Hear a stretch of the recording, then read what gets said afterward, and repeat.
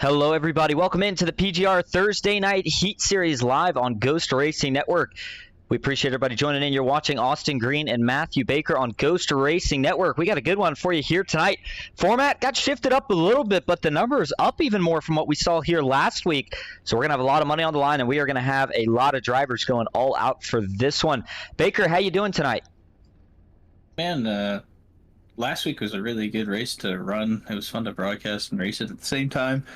Finished second, but a little bit stronger with field here. We got 41 trucks making the field tonight. It's going to be a good race for sure. And we're going to start off with the race info here tonight. It is no longer the Thursday Night Series LCQ, as you might see there under PGR Money Racing, but it is the Thursday Night Heat Series feature again. No heats tonight, no LCQ. We're just going to jump straight into a 55-lap main event in the NASCAR Craftsman Truck Series.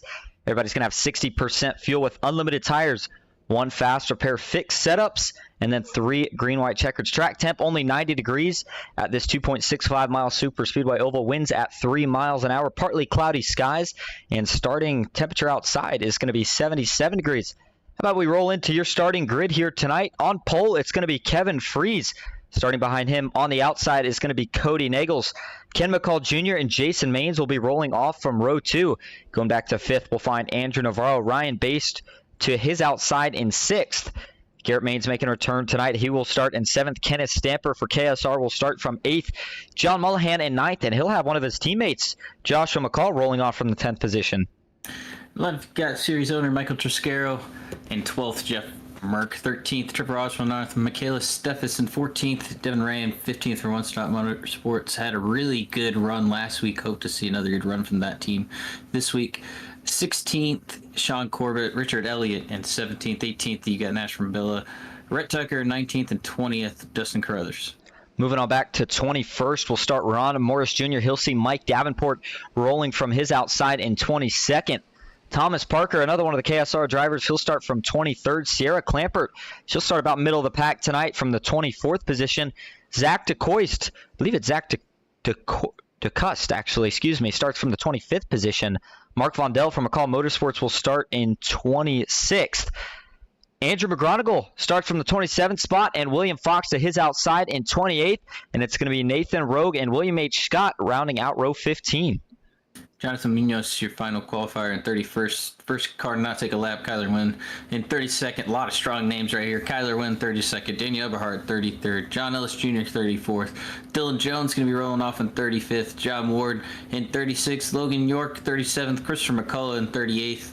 39th, get Brian Broussard. Danny Barnes in 40th. And rounding out your field is David Sheets. I'd say that's a pretty strong back 9 cars to try and get back to the front.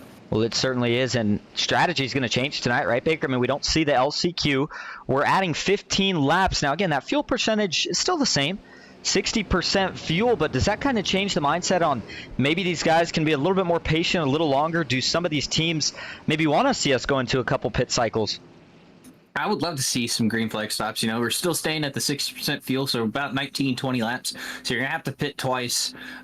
Just who is going to execute on pit road? I think you run both of them out, and the pace car is going to pull down. I think you run both of them out and take as less fuel as you can on that last stop.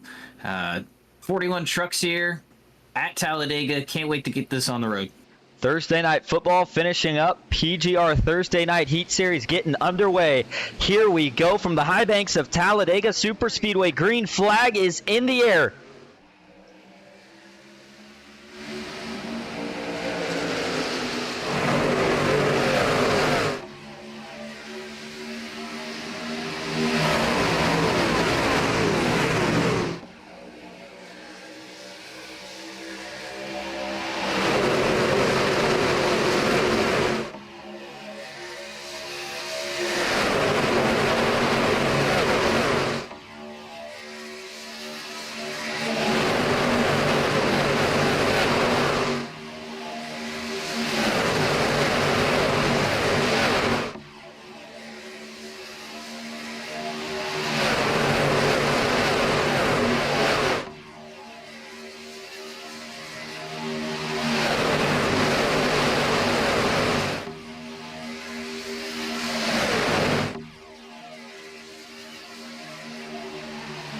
Coming across to lead lap 1 there is going to be Kevin Freeze on the outside line. He's got to push from Ken McCall Jr. in the 03 truck. On the bottom, Andrew Navarro sitting pretty early. He's got Garrett Maines behind him. Those two of the more professional drivers. I believe Andrew was actually a Road to Pro contender for a little while, had over 7,000 iRating. Then, of course, Garrett Maines, our very own Coke Series driver here tonight. We've seen him run before. You know he's going to run well.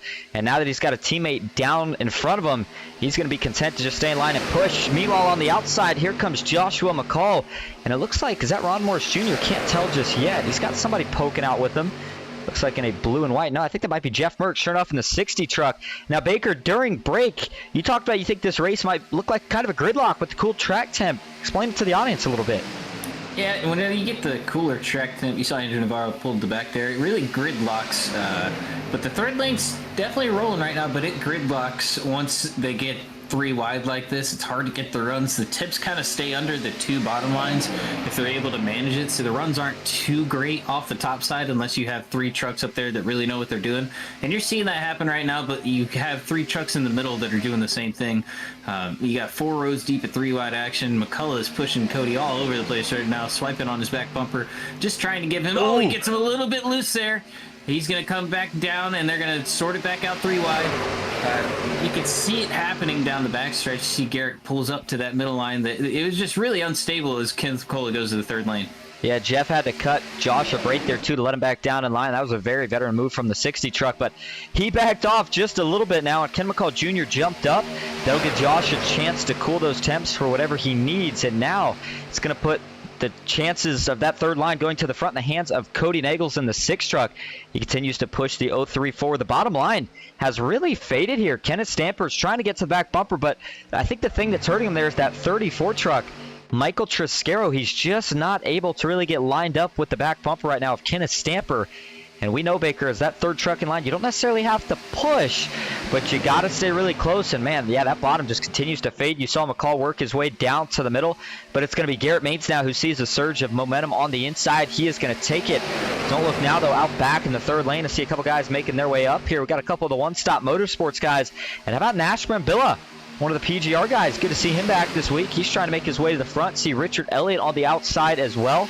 One of our guys carrying an onboard camera for us here tonight. But 5 laps in, 60% fuel, Baker. I'm looking at the pit stops here to be probably, what, around lap 16?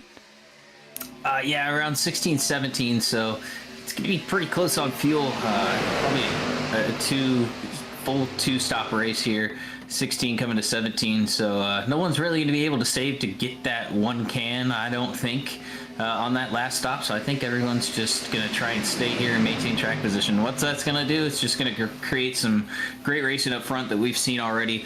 Big stack up in the middle line right now. Kenneth McCullough going to try and get clear of that middle line. He's not going to get it, though.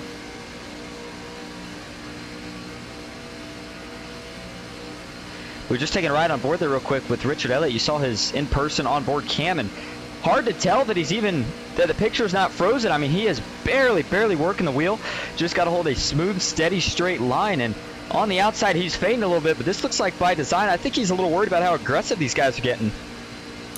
Yeah, stable pushes are happening right now. Jason and Kevin were able to clear to that middle lane. As you see, he gets Kevin really loose on the apron. He's going to come back up. That's going to kill this bottom line. Huge checkup. Really big check. We got more checking up. Save it. Yeah, go ahead, Baker. I was just saying, man, these guys, are they all going to hold on to it? I think they did, but that's going to really separate the pack. As you see, there's 3x3, 6 rows deep right now, trying to get back to the back bumper of Jeff Merck on that outside lane. You saw Triscaro go up to that 3rd lane. Once that stack up happened, he went back down to the middle.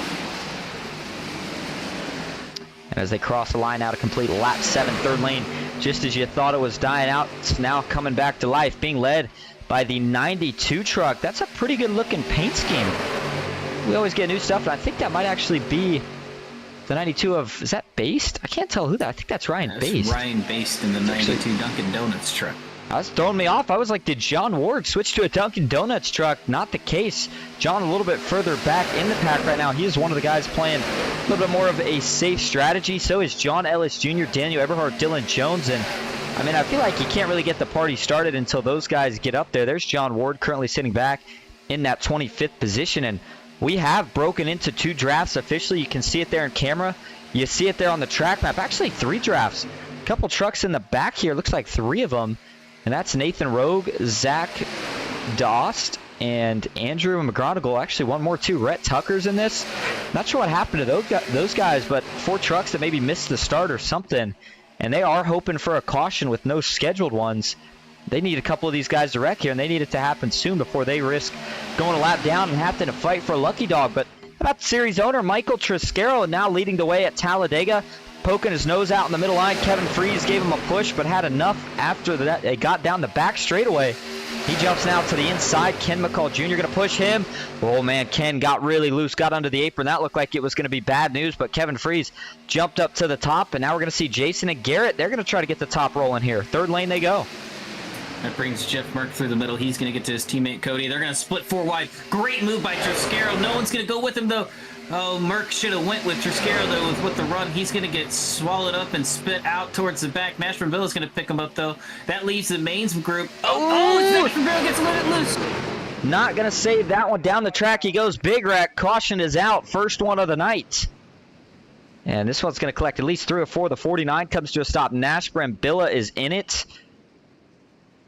And it's mayhem off at turn number 2. A lot of guys getting back rolling now. There's Joshua McCall. He's got some damage. Looks like Sean Corbett was also involved. Michaela Steffs is doing a great job here early. Fortunately, she is also going to get collected in this one. And that's a big break, though, for Rhett Tucker, Andrew McGonigal, Zach Dost, and Nathan Rogue. They're all going to get a chance to catch back up in the pack. But let's take a look at what happens here. It was kind of an odd look, Baker. From what I had first saw, it looked like Nash got really out of shape. You got to assume something sent him out of shape, and the question is just going to be, what was it? And it looks like from the top view, till you follow a little bit of a checkup, Nash has to put on the brakes, gets tagged in the right rear by the 92 of Ryan Baste. That sends Nash out of shape. And, I mean, Baker, we know how hard these trucks and Xfinity cars, but tonight Trucks case, that new damage model, they're so much harder to save than they used to be. And just a slight bit of overcorrection, splitter slams the ground at some point and sends him back up. To be fair, in this case, he did get tagged by Joshua McCall, but got behind on his steering initially. I thought for a split second he was going to save it. But man, when he got tagged in the back, just nothing he could really do. And then Joshua McCall talked about it, nowhere to go for him. His teammate Ron Morris Jr. piles in. Mike Davenport on the bottom, he's got nowhere to go. And then up top, I think Michaela actually gets into the back of Nash, just in front of her though. Ryan Baste sneaks through with minimal damage. So the 49 goes for a slide down the track. Sean Corbett's going to get involved in the latter portion of this wreck.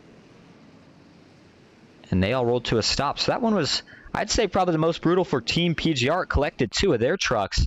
And I think Nash is going to have to use his fast repair. I think Joshua McCall probably will as well. Michaela will definitely have to. And Richard Elliott, I think he barely somehow snuck through all this. Let's go right on board with him real quick here. Here we go.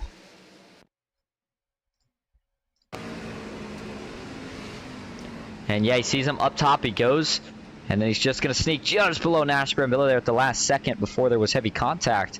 And we'll take one more final view of this from the wall cam.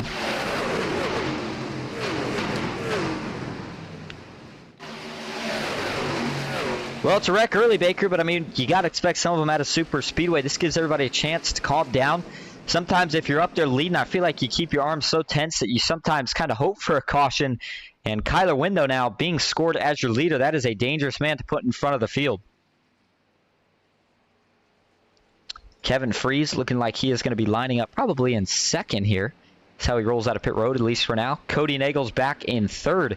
Ken McCall Jr. off fourth. He's going to have a teammate behind him in John Ward. NBG has Jeff Merck sitting in sixth. And it's going to be Mullahan, Stamper, Maines, 2 of the Maines boys rounding out your top 10. You know, Garrett and Jason, they are not going to be too patient for too long. And, you know, the first 15 laps, maybe at least for this week for these guys, has got to kind of feel like a little bit of a practice or a warm-up. Again, you didn't expect that wreck. At least I didn't in the first 15. But everybody getting back used to no LCQ, just a couple extra laps. Everybody's taking off. These guys are used to running a 40-lap feature, and we are just about 4 laps away from being right on that mark. I think that's where we're going to see some action pick up. As of right now, based off when we're going to go green, I think we'll get the one to go next lap. That would put us green with 13 laps completed. It's going to be probably pretty close on fuel. These guys are definitely going to have to make one more stop. I think they're going to have to actually make 2. Yeah, they'll still have to make 2 more stops.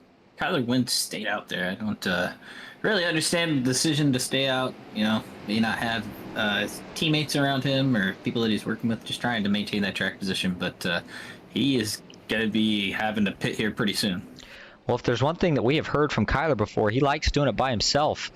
But we'll see how this strategy works out. As you noted there, maybe he's expecting another quick caution. John Ward, who is actually at the front of the pack, he's choosing to go down and top off. Another strategy that maybe you'd question, but you can't question this guy. I mean, multi-time winner here in the PGR Intimidator Superspeedway Series, what it used to be, and now the PGR Thursday Night Heat Series. And there you see Navarro, Eberhardt, Ellis, Sheets. I mean, we got a whole crew here topping off. Baker, do you see this one lap really making a big difference, or just kind of a safety cushion? I know John Ward missed his pit box on the last time around, so I don't think he was topping off. He was just going to get the initial fuel. But everyone else coming here to top off doesn't have the track position. They think they could take some extra fuel here, ride around and save. But I still don't think it's going to be a one-stop race here. And Kevin right now looking for a couple of teammates. He might have them in a minute here. You see Jason and Garrett going to be starting side by side. If Garrett can find a way to get up either in front of or behind Jason, those two might be the first instigators of that third line, trying to get it rolling. And we did see it roll a couple times, right? I mean, we saw Ken take the lead at one point from that third lane. Granted, there was a pretty big stack up on the bottom that really made it fade. But again, everybody has their mental notebooks out and taking notes on which lane looks like it's the fastest so far. And they're going to continue to keep an eye on track temp, as it looks like it has gone up here a little bit, Baker. In fact, 3 degrees. And actually more than that, I'm showing 89 now. And looking at the time outside in sim time, currently 16:17, so that's 4:17.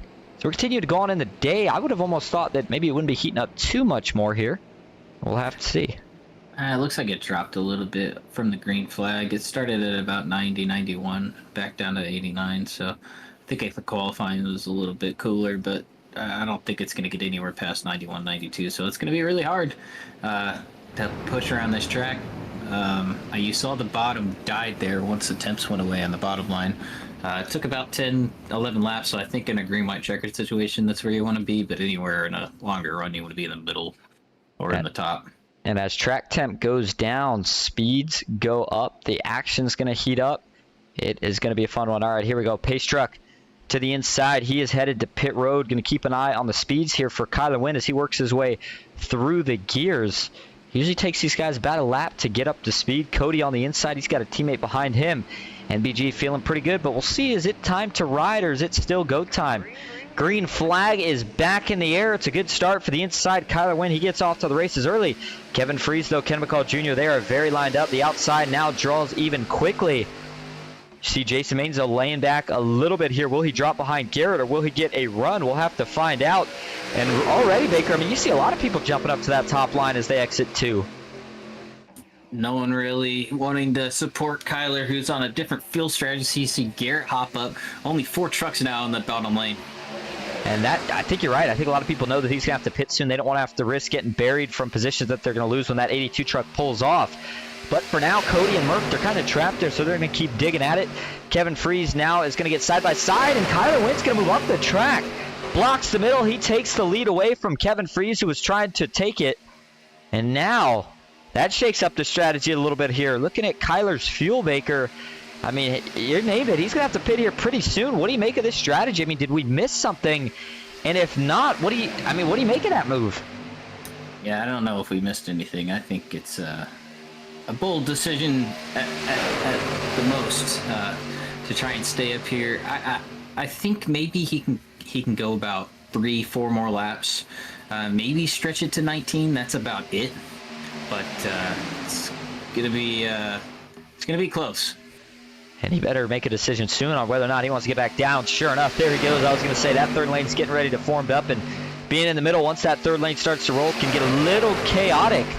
John Mullahan, Ken McCall Jr., and Kevin Freese, 3 very disorganized trucks that are running that lane right now. As man, oh man, you saw Merck wash up just a little bit as Kyler jumps back to the lead on the top, and there was almost some contact there between, I think it was Merck and either Kevin or Ken. Ken sees the run coming from the third lane. He now jumps up in front of Jason Maines. 3 wide as they cross the stripe. Look at the background. Sierra Clampert, Christopher McCall, some of the people that sat back early. They're ready to get on the action. To the front they go. Brian Bassard also in that mix. You knew KSR would be strong, and in fact, I see about 4 of them here in this big pack now, maybe 5. You got Stamper, Carruthers, Trevor Oswornoff, Thomas Parker, and then of course Brian Bassard on the bottom now, also working his way up here. Mark Vogdell and a couple just behind him.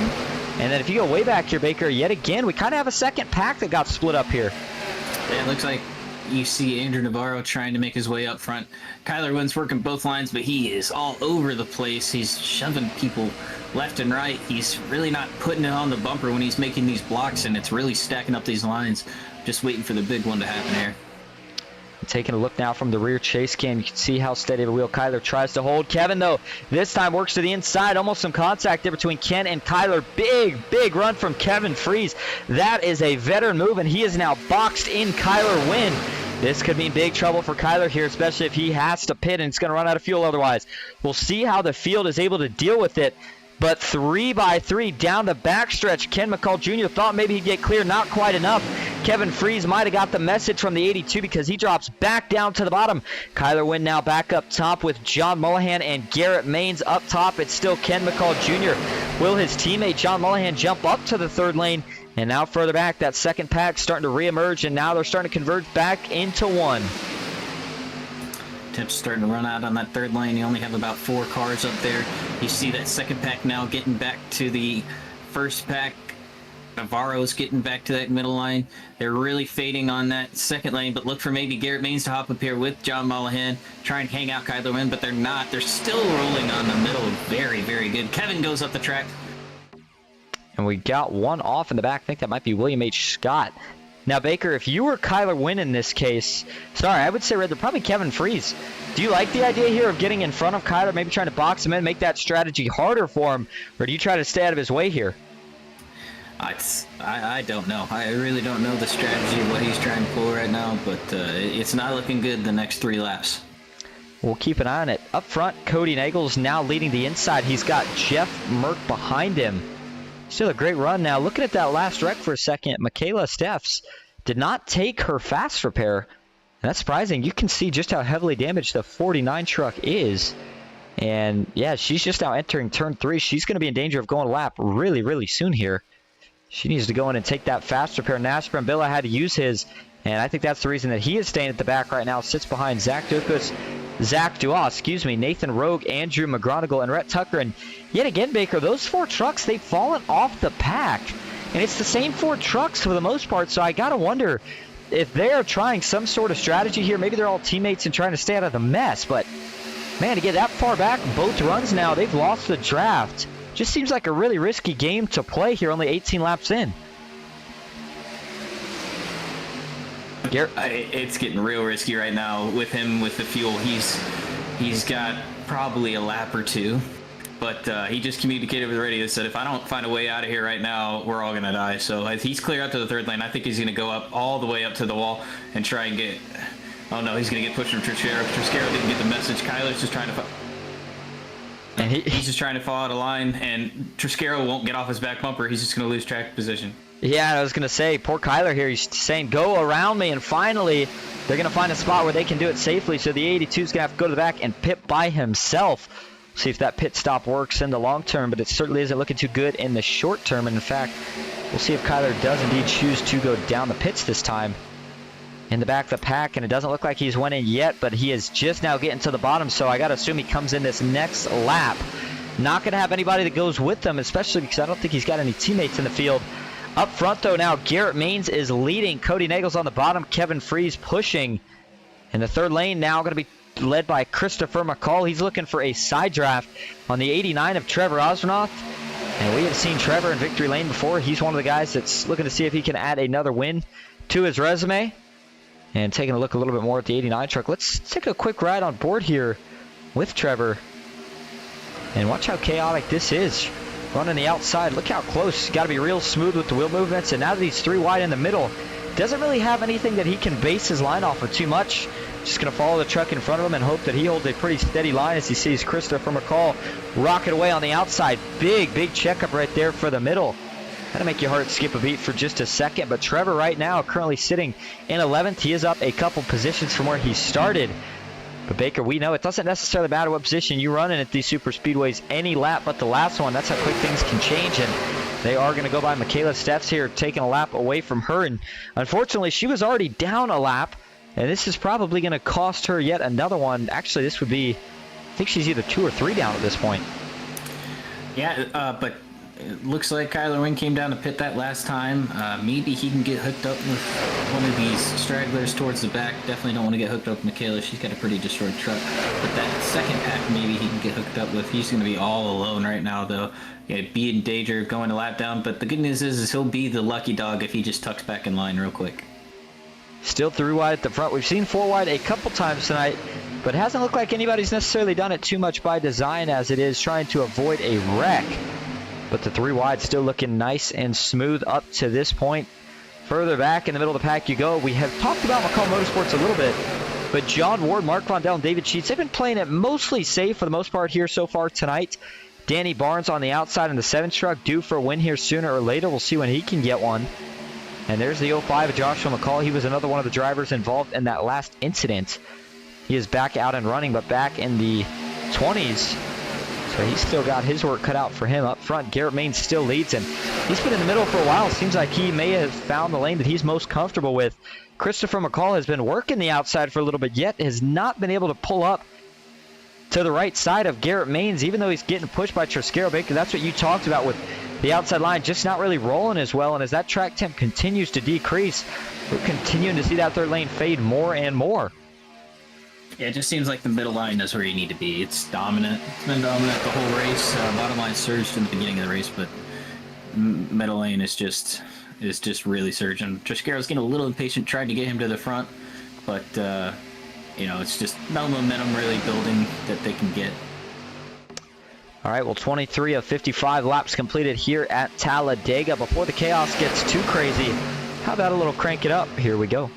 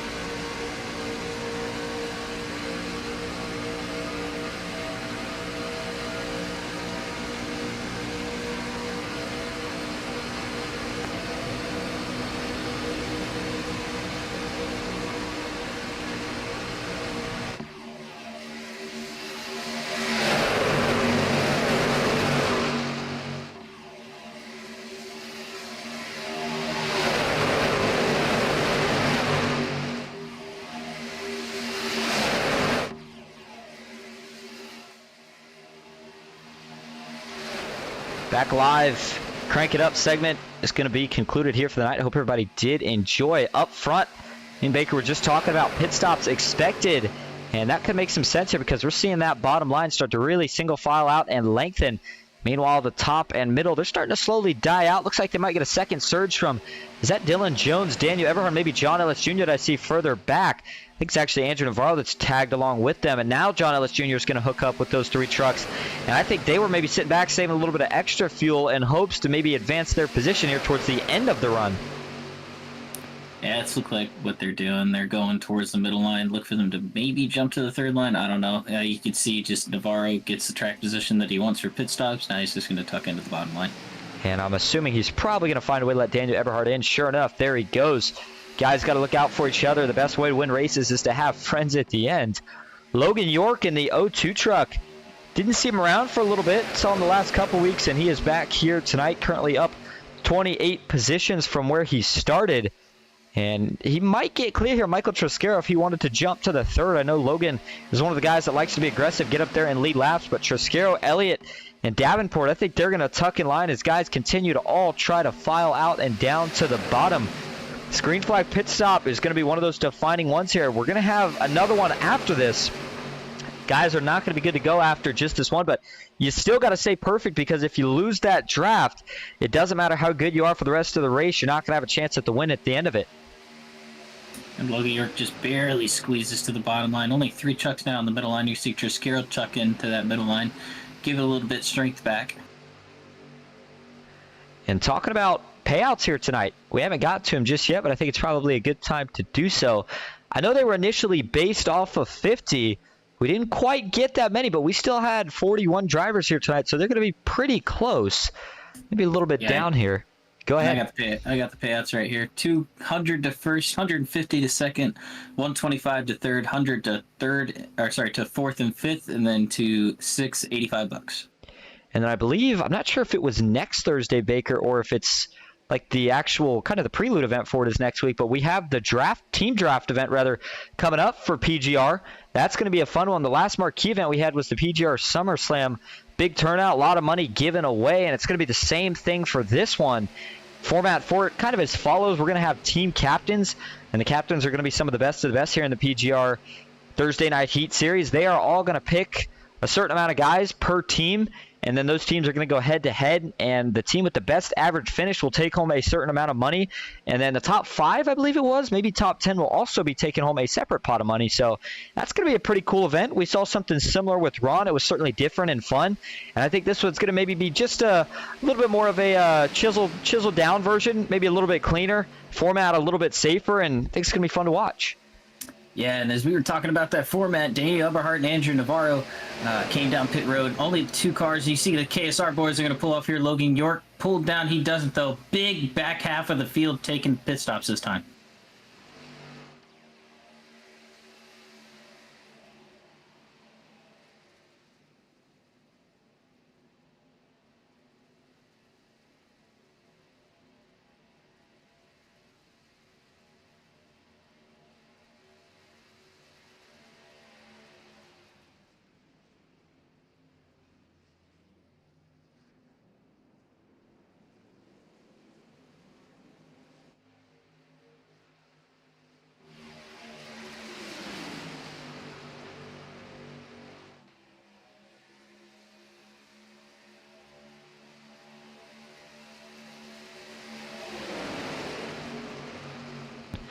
And I just realized that I was muted here. Hopefully that was just the last segment. But nonetheless, here we go. Another round of pit stops for Christopher McCall and Cody Nagels. 2 guys going to lead him in. Chris quickly gets into his pit stop. And talking about that last set of stops that we saw, Baker, they were very clean. Everybody got in nice. We saw a couple lockups, but nothing too crazy or out of the ordinary. And now it's just going to be a matter of, as we've almost had everybody pick, got a couple people still out. Looks like the mains boys. But how are they all going to compare, cycle out, and are they all going to be able to catch each other? That's usually the main question that we have to ask after the pit stops. Well, the good news is Navarro and Eberhard hooked up as 2 trucks. I can't believe they're able to save themselves from losing the pack, but they pit only, 2 laps after them, so they're definitely going to catch the draft. Eberhard and Navarro had a great pit stop. They're going to latch onto this lead pack here, leading that second pack. And here comes Dylan Jones, John Ellis Jr., and Jason Maines. Man, I cannot tell you how those guys get into pit road as fast as they do. But the 11 comes to a halt in his box. John Ellis Jr. just 1 box ahead of him. Jason's going to come to a stop, and now we're going to keep an eye on the pit lane cam and the track map to see how all these guys are going to play out. There's the cam, and keep an eye in the top right of your screen. On that track map, you see the big group now coming out of turn 4. These guys only taking 2 tires and fuel, and as they are now off of turn 4, everybody just getting ready to come out of the pits. This is going to be really, really close. I think Ellis and Jones and Maines are going to tag on to at least some part of the pack. It's just going to be a matter of which part. There goes the lead draft, being led currently by Garrett Maines, flying by at about 190 miles an hour. It looks like John got the best pit stop out of these 3. But you see Garrett Maines going to get by them all. I think they're going to be okay here, Baker. They'll stay in the draft, but we definitely dropped, I would say, almost half of the field through that pit sequence.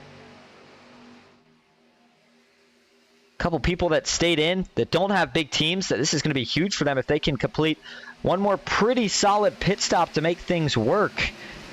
Ron Morris Jr. in the back, he's got a little damage, by the way. The reason I mentioned that is because I'm just noticing it for the first time now. Not sure if it was something he got through the pit stops or more recently on track.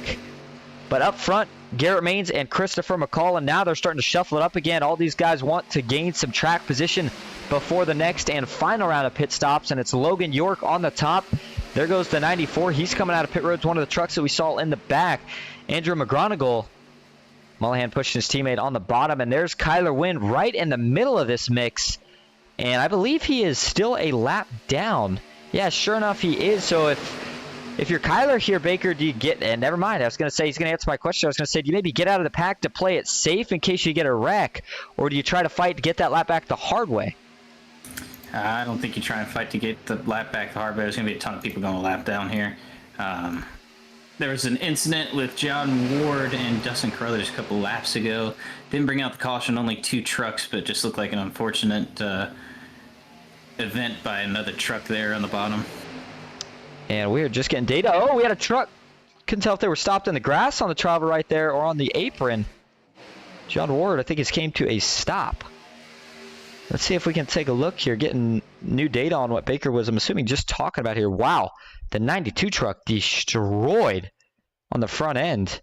Let's go back and see if we can see exactly what this happens. Remember, I mean, the caution rule is as follows. Manual cautions, and it comes out for 3 trucks or more, and we had to keep that way because we were getting cautions for single truck incidents, and that really messes stuff up at times. Okay, so here we go. Oh, coming back up on track, the 48 truck. Wonder if he just missed the pits. That's Jonathan Munoz, one of the new drivers. And yeah, it's kind of a dangerous position to put yourself in. And yeah, that is a tough break for John Ward. He had nowhere to go. Merck as well. Sorry, Dustin Carruthers, rather. And looks like Dustin has also maybe came to a stop now. See if we can get a quick look on that. 10 truck coming back out on track, and he gets loose, gets down to the inside wall, and looks like he's just going to park it. Brings it to a stop, maybe decided he's seen enough for the night. Nonetheless, though, as we head back live on track, Cody Nagels leading the field here with 21 laps to go on the outside line. You have seen him absolutely tearing it up, though, in terms of lead changes. Garrett Maines had it. Cody Nagels took it. They switched a couple times, but bottom to top, Cody Nagels is going to keep working it if he has the chance. We know that as these runs go longer and longer, Baker, if you're leading and you can manage both lines, it becomes harder and harder for somebody to get a run and pass you unless they can really get some dedicated teammates or fellow drivers that want to try to make another lane work. And when we come to 20 laps to go, important time to note that the fuel window is right around 16 to go. I don't think guys will go right on the fuel window. You just not enough to really gain here with the new package for that to be worthwhile. But I do think that we're going to see some guys maybe go in, I would say 3 laps after, maybe with around 13 laps to go. But Baker, if you were out there right now, what would be your strategy? I think you're right around. Try and get to the fuel window again, and then just make it work. All right. It's going to be tough. Sorry, that was terrible analysis. There's a lot going on the track with cars coming up on the racetrack. Trying to keep track of it, but not too many different packs separated from this main pack. So really good racing up front. Really feel bad for John Ward. Yeah, tough break for John Ward and Dustin Carruthers. I mean, they were both running a good race. John with a little bit of a mistake on his pit stop. Got to assume Dustin was maybe in the same position, but the 48, maybe just a rookie mistake. Again, when you miss your pit stop, sometimes best to try to keep it maybe on the apron.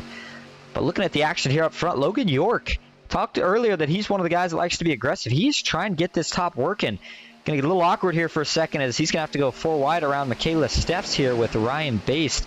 Thomas Parker, they make it work as Michaela loses another lap. I'm just not sure why she didn't take her fast car. I mean, I would have assumed she would have had one, only involved in that one wreck before we ever had a chance to hit the pits. Christopher McCall throwing his weight around a little bit. The 04 now to the top. He is going to lead Cody Nagels, give his teammate John Mullahan a little chance to breathe, and now quickly jumps back down to the bottom. And sometimes you feel a little bit vulnerable. You make that move, it works, you say, that's pretty good, and then you realize that you got a couple guys behind you that are not your teammates and would also like to take the lead. So I think Chris jumped back down as he felt like maybe he was getting ready to get split. Jeff Merck saw Ken McCall Jr. with the run on the outside. Logan York as well. He jumps up to the top. We'll see if that gets that third lane kind of formed up at all. Daniel Eberhardt, Ryan Baste, watch for one of those two trucks to jump to the outside, but I think they're pretty content right now. As a matter of fact, I'm surprised that these guys are trying to get 3 wide action right now as the pit stops continue to approach quickly. Ken tried to get Jeff clear there down into 3. Not quite enough. They're going to lose some momentum, and they're going to run out of attempts pretty quick with only 3 trucks. Yeah, I'm really surprised. I mean, holy cow. Ken McCall is giving a big push to Jeff Merck. Maybe MBG can double clear, but you can see that Garrett sees that, lays off Cody a little bit, keeps it stacked up on the top and the middle line. It would have been a double clear for both of them and would have shuffled the mains group out. And it's kind of like that chess match when it comes to this 3 wide pushing game, gridlock kind of deal. Everybody's just trying to save as much temps as they can, and the only time you really want to push is when you either have a chance to get somebody clear of the run. Ooh, Sierra's in an awkward spot here. She's going to have to tuck out of the way pretty quick, which she will do. But I was going to say it's kind of an awkward spot. You don't really want to push the guy in front of you unless you either see the opportunity for a big run to get him clear, or the lane that you're trying to not let get clear of the line you're in starts to get a run. And it's always just kind of a masterful game of chess of who can play it the best. And right there, the third lane not quite able to make it work as good as they wanted. Andrew Navarro and Garrett Maines defended well. Daniel Eberhardt still on the top, and now we are seeing a lot of people start to drop in line, and they are getting ready for that final pit stop. The fuel window is now open this lap. But again, I don't... it's Christian McCullough. Sorry to cut you off. Christian McCullough got into the side of Garrett Maines there. That was almost a big wreck up front, but they keep it straight. I think the McCulloughs and the Stampers and the KSR boys are going to sit here and work together, maybe try and pit right at the window. Jeff Merck gets down, but the Maines boys may run it long. And I don't know if I agree with that strategy, only because, Baker, we've seen quite a few of these. I've been broadcasting quite a few of these truck races at super speedways, and I don't know what it is, but it seems like the early strategy just doesn't pay big dividends. I mean, at most, they might be able to cycle themselves out to the front, but it would not be by enough to really gain an advantage. I don't know what happened off of turn 4 there, but it caused quite the scattering of trucks. Thought I saw one person jump down to the apron. Stamper might have been the 30 truck. He gathers it back up and jumps in line, and they're all going to single file out. Up front, Daniel Eberhardt, the only truck left on the outside, and now we wait for him to also find a spot to drop down. Ryan Baste in the Dunkin' Donuts truck, he's still throwing me off. That is one of the one-stop motorsports guys, and they're coming up on another truck. They're going to put a lap down. That looks like it is going to be the 48 of Munoz, Jonathan Munoz, that is. He's going to have to fall all the way to the back. Well, Baker, on the first stop, we dropped probably about 20 trucks or so, maybe a little less. And I got to think on this stop, we might drop 5 to 10 more. And, if you're one of the guys that's good at pit stops, you love seeing that. And that's one of the reasons you like seeing these green flag pit stops. Just as you say that, you still didn't have anyone there. I thought we were going to have some takers for sure. No takers on that stop. Probably this next time by, you're going to see some trucks coming down. Yeah, it's 15 laps to go. It's starting to feel like crunch time here. John Ward, he got himself back out on track. The unfortunate part is he's 3 laps down. I think he knows that because he's working hard here to just try to get his lap back. I think he's probably begging Cody right now, you guys can do whatever you want if you just let me lead. And a big push right there from Trevor Osronoff is going to give him just that. Oh, the 92 gets really out of shape. That's a big checkup for Cody Nagels, Christopher McCall, all the way back to John Mullahan, but somehow everybody was able to save it. John Ellis Jr., Dylan Jones tried to take advantage by gaining a couple more positions through that.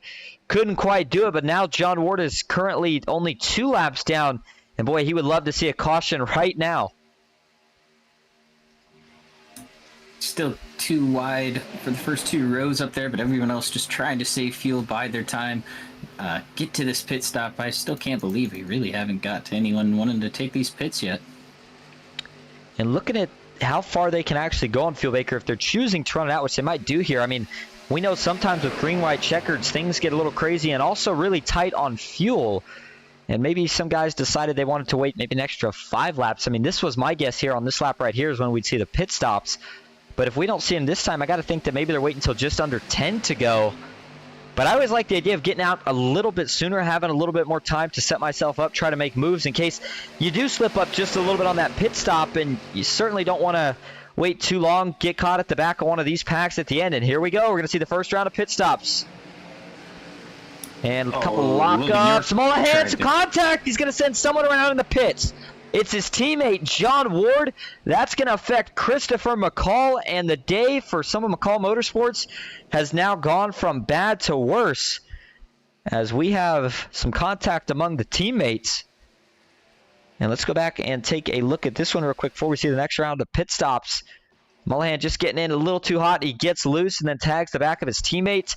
Christopher McCall looks like he was trying to get into his pit box. That was an interesting look there for Chris. Not sure what happened. He actually missed his pit box trying to avoid all that. By the time they get it all sorted out, it was a mess. So McCall Motorsports is now going to need this group to pit here as soon as possible, at least the guys that made it through clean, and they're going to get some help here.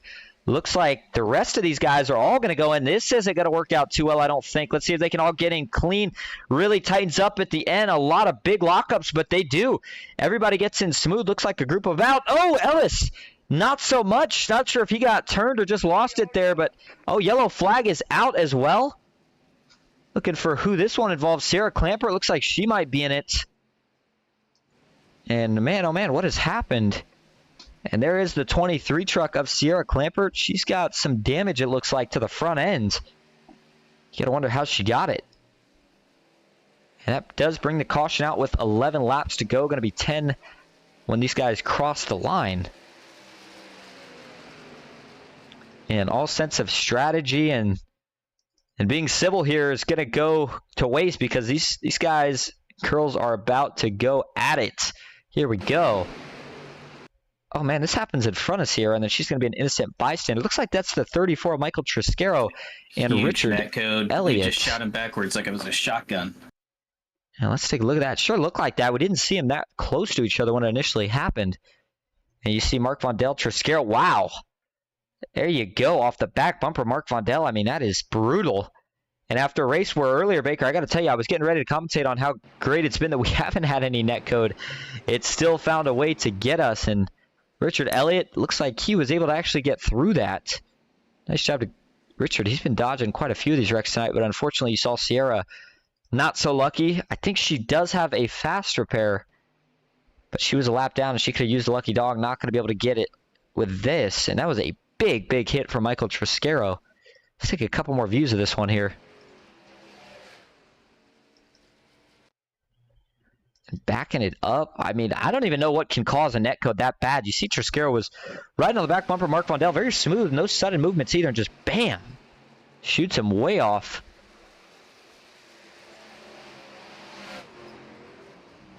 Take one more look at it here from the wall cam.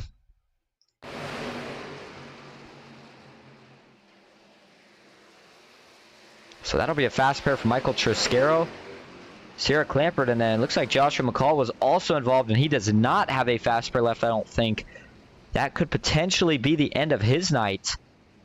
Going back to what we saw there on the pits, see if we can go find it here real quick. It was going to be the lap after we saw John Mullahan pit, John Ellis Jr. It actually, tell you what, we don't need to find it right now because it's not going to matter. It doesn't change his position out of the caution of flew, but it was almost a big mistake for one of the mains boys, and we definitely did see a pretty big mistake from a couple of the McCall Motorsports guys. But with 10 laps to go, it's Cody Nagels leading the way. Daniel Eberhard in second, Garrett Maines in third, Kevin Freese fourth, Jason Maines in fifth, Dylan Jones in sixth, Andrew Navarro back in seventh, Jeff Merck eighth, Kenneth Stamper ninth, and Thomas Parker rounding out your top 10. Everybody going to be good to go on fuel the rest of the way, so it's just a mad dash to the finish. And one of the guys that we know is the best of the best at it is your current leader, Cody Nagels. See if we can bring him up here for a quick word.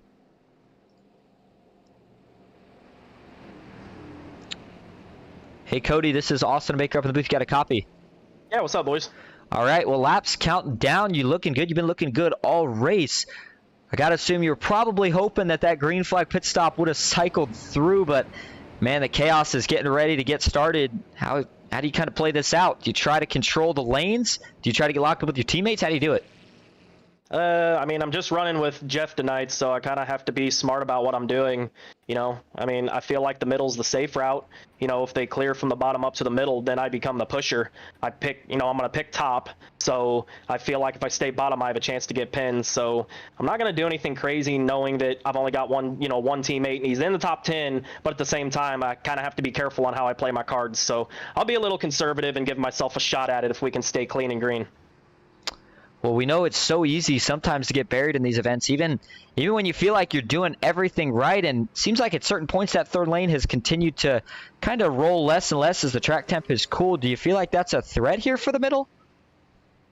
My gut tells me the middle's going to be strong. I mean, I'm hoping that everyone up there pushes for everything they have, and if they do and everything else is equal, I think the top is going to be the strong lane. Unless we get a late restart, then it's going to go right down to the bottom. The bottom would then be strong. So I just have to keep an eye on the pushers and who I have a little bit better chemistry with. And on this restart, I had the choice of Garrett and Kevin. So really, it don't matter either way, but I'm going to go ahead and pick Kevin just because I feel like the top is the safe route right now. Just kind of looking out for my overall track position moving forward. So hopefully I don't get burned. All right, we'll see how it works out. And we'll see if we're talking to you here in Victory Lane in about 9 laps. Good luck. Thank you. And Dawson's in there with them, but it doesn't look like he's racing tonight, so I'm assuming he's just probably watching these guys go at it.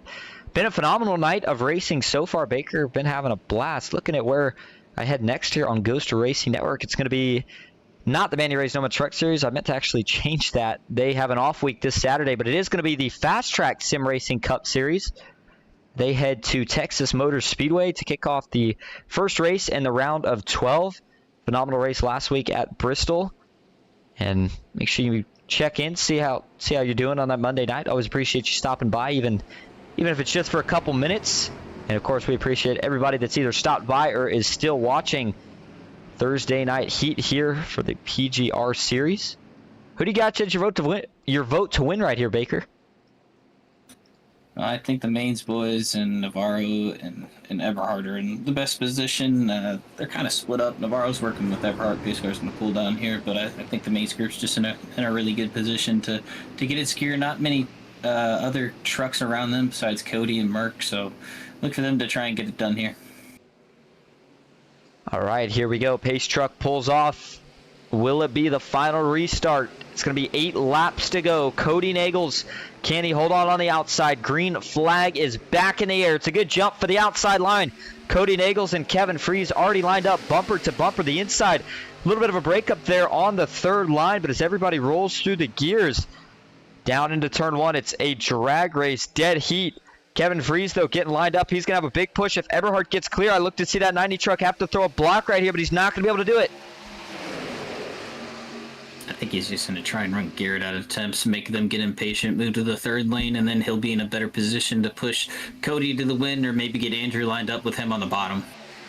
And if you're Kevin here, you still got to feel good. I mean, even in the position you're in, again, on the mains team, we know that they split the money, and he's got 2 of his teammates running below him inside the top 7. He currently finds himself in that 4th position. I'm sure he'd like to get a little more, but certainly not going to do anything too crazy or too aggressive right here. Dylan Jones, though, Jeff Merck, those might be 2 of the first guys that look 3 wide right here. Kenneth Stamper, John Ellis Jr., and they're going to have to make the move before some of these people that are a little bit further back do. You see John Mullahan, he thought about it a couple times. I think he might be locked on with at least one of his teammates here. They might be looking to go to the front here in a short time. Yeah, that's Ron Morris Jr. I think he's still got a little bit of damage, but Ken McCall Jr. just behind him doesn't, and they're going to try it anyway. Here comes the third lane. It's going to be blocked pretty quick, though, by Kenneth Stamper. Now a big move. We got one in the wall. It's going to be Ron Morris Jr. Sean Corbett saw it, reacted to the inside. He went. They're all going to dip out a line trying to miss the 76. And not sure what issue Ron Morris had. It's not going to work. John Mullahan down into the pack. Big Rack up in turn 3. Looked like the 49, I think that may have been involved. Sierra's going to come to a stop just before hitting John Mullahan as he comes to a stop just below the apron. And Baker, I'll tell you what, I will never understand how guys can see a wreck that far up and still try to make moves that are going to cause it to actually happen that far back. But it's going to bring out our third caution of the night. And let's go back and take a look. I mean, you saw him up in the wall. Certain guys still trying to get up to speed that had nowhere to go, and other guys getting maybe a little bit impatient. But, I mean, it's the nature of the beast. You got to go. Track position's too important. See if we can back this up and find first what causes Ron Morris Jr. to get into the wall here. Was it just a little bit of an offset push, or did they catch Kenneth Stamper maybe a little faster than they thought? And yeah, they just caught Kenneth faster than they thought. Ron Morris Jr. has to check up a little bit from that, and they make some pretty significant contact there with the outside wall, the 76, and then the two of John Mullihan just had nowhere to go, couldn't slow down in time, obviously. And then as we get into the turn, this is where things get chaotic. So Ron Morris Jr. up in the wall. John Mullihan here trying to hold the third lane. You saw Mike Davenport sneak by. And now here comes Danny Barnes in the middle of 3, make it 4 wide. And once he gets up to John Mullihan here, that was a really odd look. It almost looked like him and Brian Bassard made some contact before he had got there. But I'm not sure if that was so much the case. Let's take a look here from the chopper. And watch Danny Barnes starting to creep up the track there 4 wide, and just some slight contact there, and they both wash up the track a little bit at the same time. They catch John Mullihan, so he gets into the left rear of the O2. That sends him down, gets into the 99 of Rhett Tucker. That's who it was. Rhett takes a big hit, almost gets upside down as he kind of gets pinched on his side. And then there's Danny Barnes. Joshua McCall gets in another one. It's been a rough night for the 05. Christopher McCall trying everything to miss it, but he slides in right at the end. And it looks like Brian Boussard was also involved. Let's take some different looks at it here.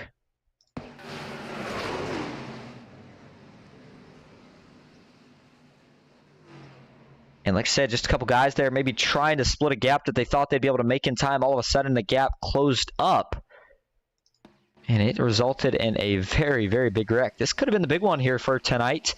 Took out probably anywhere between 5 and 10 trucks that are going to have to use a fast repair. Sarah Clamper did do a pretty good job there of getting the car checked up in time, and she was able to miss getting any damage. Take a look at that in just a moment. And there's another look at the accident that brings out the caution here with under 10 laps to go. Richard Elliott piled in, didn't even notice that in the first look. And let's go take one more view here at Sierra Clampert from her onboard camera. And watch her just come to a stop here. Sometimes this is what happens. It just becomes a parking lot, and you just have to bring it to a full stop because you just can't tell where anybody's going. You see she's got a cloud of smoke in her face, and she just parks it. It's going to drive right around John Mullihan here. Gets up on the banking. Drives it back down. Oh, and spins it there. Don't think she got hit, though, so she should still be okay. And, yeah, it was just rolling really slow right there. That'll happen a lot on the banking. Yeah, no harm, no foul. And as we go back live, still waiting to hear word from Baker on what the official cause was, but we think we determined it right there. Yeah, it looks like Stamper blinked out. He went high to try and avoid everything, and then Morris didn't know. He was just trying to give the run to the third lane. Slammed into him, went to the outside wall. Once that stack up happened, Mullihan tried to get back in line, but it looks like Barnes came up the hill about a lane and a half, and chaos ensued from there. So it's going to be, looks like probably a 3-lap shootout here, assuming we get the one to go this time. So we would still have a chance to finish this race in regulation. Let's see if that's indeed going to be the case. As of right now, it's Cody Nagels, Kevin Freeze lining up again in row 1, Eberhardt and Jones in row 2, Garrett Maines, Jeff Merck, row 3, Jason Maines, John Ellis Jr., 7th and 8th, and Navarro and Ryan Baste rounding out row 5. And sure enough, did get the one to go signal, so it will still be a regular, not quite a regular overtime finish, but 3 laps to go. That's a pretty good amount. Gives guys a chance to get up to speed for that first lap, and then still 2 laps of racing. And looks like John is in the chat. Says hello from Darnell. So John Darnell in the chat says hello from Darnell Motorsports. I was hoping to be back racing tonight, but I'll be preparing for next week. I'm just now getting home. Had to take a break and get my life in order. Let's go PGR next week. I'm back with y'all. Can't wait. Miss all you guys. Even missed Baker Lull. And I'll tell you what, that's good to see you back, John. One of the guys that we saw each and every week here. John Darnell, one of the coolest paint schemes, too, in the 99. Glad to hear that everything's going okay, John. Got to take time for yourself, and once you get back here, we'll still be waiting. Things haven't changed all that much. And Baker, something's telling me there was a little sarcasm in that, even Miss Baker. So Cody Nagels here on the outside shows Dylan Jones. And I remember Cody said if there was an overtime ending here, if we had cautions, that he thought the bottom would roll. So what do you make of his decision here to take the top with what's only 3 to go? Well, I think he's putting Dylan in the position to where he has to push him to stay in the money, and Merck is going to stay tucked to his back bumper. That's the best way to work with only having 2 teammates. He's just going to stay to the back bumper of Dylan Jones till the last possible second. Maybe clear high and go with Ellis, but I think Ellis would hang him out. So if it's anyone but Ellis, he's going to go to that third line. But I think they're in the best position right now, MDG is. I completely agree. Jeff Merck behind him. They set themselves up here for victory. Now we'll see if Cody can cap it off. You know, though, that Daniel Eberhardt is not going to go down without a fight. He's hungry for another victory. So is Kevin Freeze. Garrett Maines would like to see himself back in victory lane. All these guys are going to have to decide on it here in the next 3 laps. Here we go, back into the restart zone. Through the gears we go. Green flag is back in the air. 3 laps to go at Talladega. It's a good start for Cody Nagels. Kevin Freeze, though, quickly going to draw back even. You saw Jason Maines did not get the best restart. He is now going to close up that gap, but the outside is really rolling. The inside is going to make a little bit of a charge. But down the backstretch here, Cody might get clear. We'll see if that forces his hand.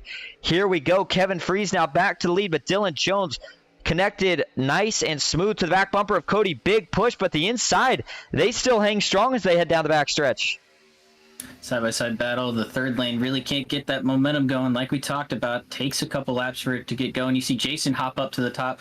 Andrew's going to support the bottom now. They're fanning out towards the back 3 wide, but no movement up in the front 12. Oh, we got a wreck out. Go ahead. 2 cars wrecking right now. And only those 2 cars there. We saw it from the spotter view. Still 2 trucks. And trying to take a look at who that was as we're coming to 2 laps to go here. Looks like that is I think that was the 87? Couldn't tell. Nonetheless, the 2 trucks wrecking. Not enough to bring out the caution. One of them was Brian Boussard. And so as we go back up front now, they are 3 wide and they are dicing it up. Cody Nagels back to the middle in front of Jason Maines. Up on the top, where did John Ellis Jr. come from? He's got to run now. Look at the lead. A lot of movement here. Can we hold on to it for the entire back straightaway? We got guys darting to the inside, the outside, the middle. Now John gets clear of the middle. He's going to drop down further back. Can Cody Nagels find a way to get clear of Kevin Freeze up top now? Ryan Bates still looking for his first career win in PGR. Can he get it done tonight? 3x3. About 9 rows deep. This is great racing. Ryan Bass, where did he come from? He's on the third lane with KSR. A great alliance between OSM. White flag going to come out in the air. John Ellis is going to lead it. This race is official, and all these guys are tensing up now. They know if we wreck, it's not going to matter. Ellis still leading in the middle. Kevin Freeze on the bottom. Ryan Bass still looking for that first win up top. Now Kevin's going to make the move to the middle. That opens it up for Daniel Eberhardt. That's 2 teammates in the middle. That's going to work out well for now. Trevor Oswald has no choice but to continue to push Ryan Bass. They drag race down the back straightaway for the final time now into turn 3. And it's going to be Kevin Freeze with a nose now ahead in the middle line. Bass still making a charge up top, Baker. I think that top line, they're going to have one more big run. Can we keep it clean, though, all the way down to the line? Here we go. Final time off of turn 4, based on the high side. Eberhardt now starting to fade on the inside. Does John Ellis Jr. dive to the bottom? He does not. He's going to stick to the middle through the trial. It is going to be Kevin Freeze. He wins it at Talladega. It's a 1-2 finish for the Maines boys as they all wreck after the line. And that was one of the cleanest finishes we have seen in a while. Nicely done, fellas. And what a win for Kevin Freeze. He's going to tack on another one. Hell of a race there. Great last lap there. A lot of people just taking care of each other to get to that finish. Good push to Kevin, and great win for him. You saw the outside line try to make charge just a little bit too late. And I'll tell you what, if it wasn't teammates locked up in the middle, who knows? It got really close here at the end once Kevin did drop low. In fact, taking a look at that for the final time, there goes Kevin dropping to the bottom. Here comes John Ellis Jr. and Ryan Bass. And the finish was definitely a lot closer than I initially thought it was going to be. Looks like the gap is 3/100ths of a second. And then the gap between second and third is also going to be 3/100ths of a second as well. So you go back live, we'll see if Kevin Freeze is going to burn it down. Sure enough, he is. Going to burn it down with his teammate. Talked about they got a 1-2 finish here tonight. They're going to be walking away with a pretty good amount of money here tonight. And taking a look at the race results, we saw Kevin Freese get the win. John Ellis Jr. in second. Ryan Bates finishes third. Daniel Eberhardt back in fourth. It's going to be Cody Nagels in fifth. Trevor Osborne on sixth. And Garrett Maines rounding out the money for the Maines boys. He finishes in seventh. Jason Maines eighth with Thomas Parker in ninth. It's going to be Andrew Navarro rounding out your top 10. In 11th place, you've got Dylan Jones, Kenneth McCullough 12th, Jeff Merck 13th, Kenneth Stamper 14th, Devin Ray in 15th, David Sheets 16th, Sean Corbett in 17th, Logan York 18th, Williams H. Scott in 19th and 20th, Nash from Billa. Moving on back to 21st, it's going to be Christopher McCall. 22nd, Mark Von Dell. 23rd, Joshua McCall. Michael Triscaro finishes 24th. It's going to be Mike Davenport in 25th. Zach DeOst in 26th. 27th, Kyler Wynn. John Mullahan finishes 28th. Richard Elliott in 29th. Rhett Tucker rounding out your top 30. It's going to be Andrew McGronigle in 31st. Ron Morris Jr. in 32nd. William Fox 33rd. Danny Barnes in 34th. Brian Bassard in 35th. Nathan Rogue 36th. John Ward 37th. Sarah Clampert in 38th. Michaela Steffs in 39th. Jonathan Munoz in 40th. And it's going to be Dustin Carruthers rounding out the field tonight. He finishes in 41st position. All right, we are going to go get your top 3 in here if we can for interviews. Stay with us. We'll be right back.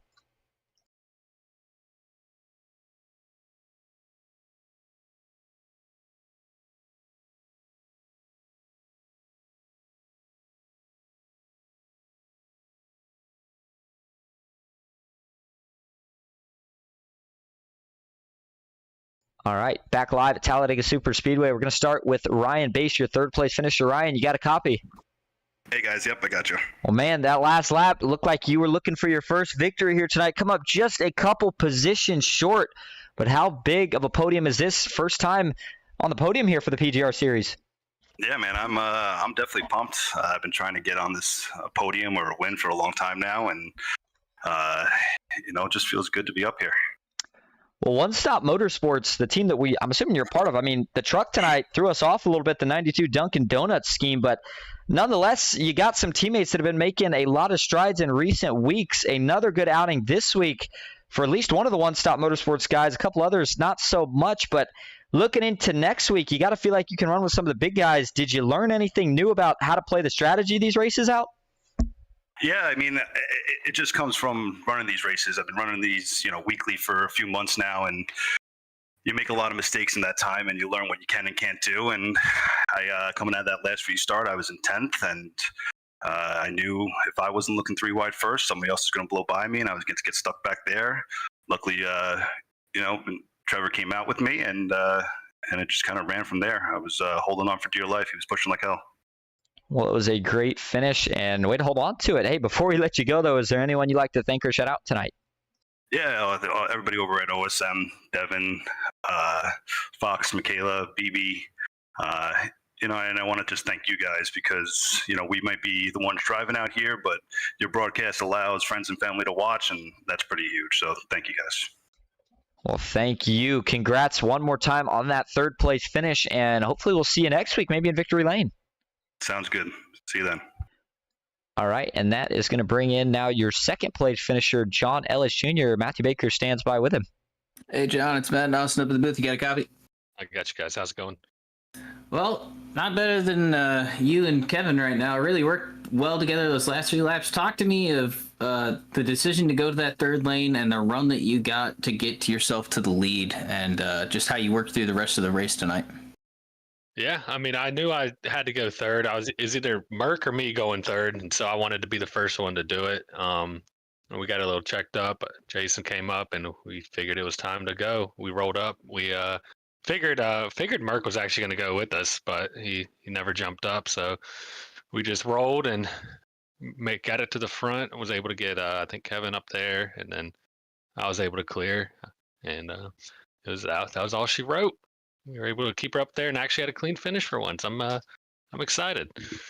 Yeah, we're excited up here in the booth too. Only 2 cautions, great racing all around. The pit stop seemed a little squirrely with you on that last stop. I mean, you were inches from getting into Cody. That was some close racing and some close pit stops. You guys got it off and got got the win. Who do you want to thank for your second place finish?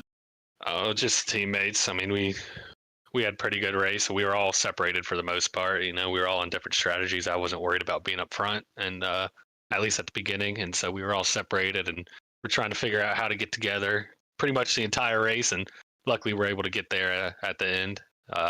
Besides them, just want to thank Triscaro for putting this on, and of course, you guys for the broadcast. Always, like I say, I always like going back and watching them. So looking forward to this one. It's always a little more fun to watch them when you do good. Yeah, definitely a lot of fun. They get saved on my playlist whenever I do good. If not, I just let them go on the wayside. But nonetheless, good finish from you. Thanks for talking to us. Hopefully talk to you again next week. Yes, sir. Thank you, guys. All right, and now we're going to bring in tonight's winner, Kevin Freeze. Kevin, this is Austin and Baker up in the booth. You got a copy?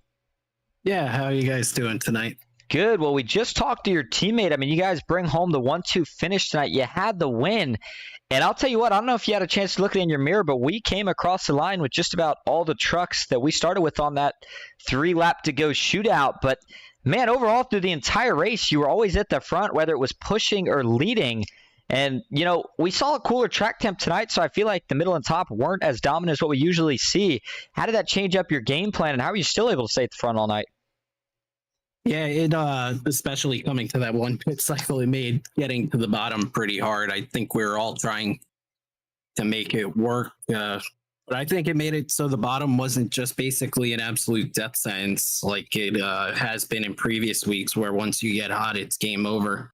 I mean, I can't thank Daniel Eberhardt there for pushing me. I am sure he was blowing up hot, and I know Garrett was boiling hot as well. So can't thank those guys and really all the drivers. I think this was one of the better races we have had in a very long time.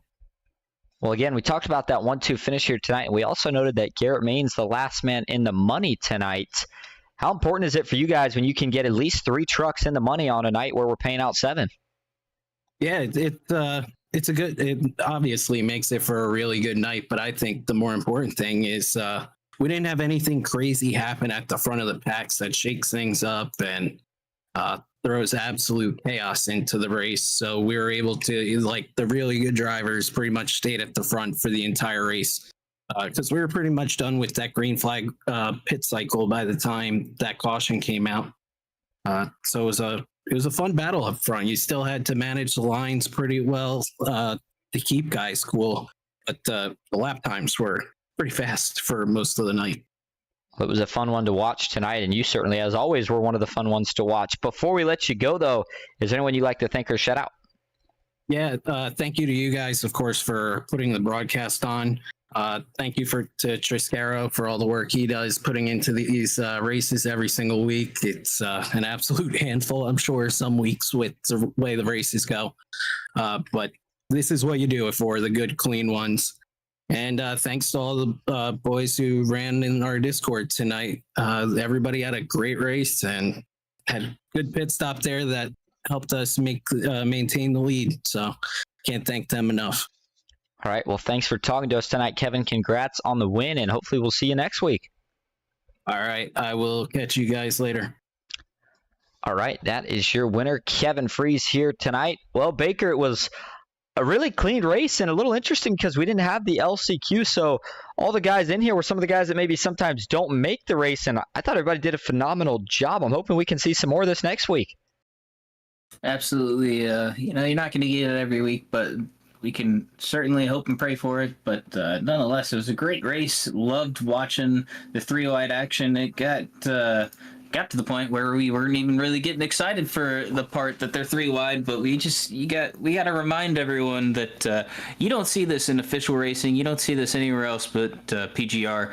This is the best super speedway racing. These are some of the best racers, and any of these guys out here, 1st through 20th, can go out and take on any top split guys, and it's just a ton of fun to watch, to see the teamwork, the racecraft that these cars have, that these guys and girls have, and the finishes that we're able to produce.